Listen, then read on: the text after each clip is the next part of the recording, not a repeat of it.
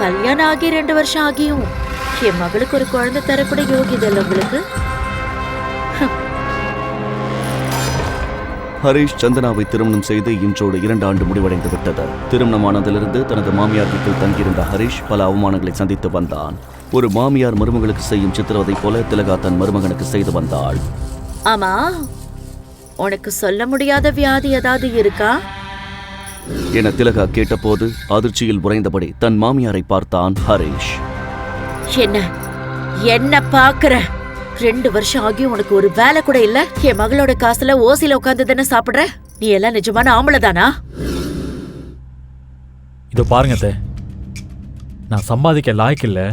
என்னால் சந்தனாவை சரியாக பார்த்துக்க முடியாதுன்னு சந்தனா என்னை கல்யாணம் பண்ணும்போதே உங்களுக்கும் சந்தனாவுக்கு தெரியும்ல.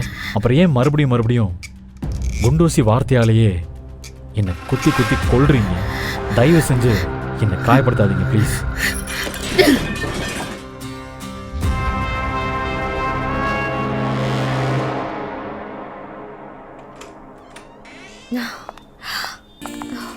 ஒர்க் லோட் ரொம்ப அதிகமாயிடுச்சு.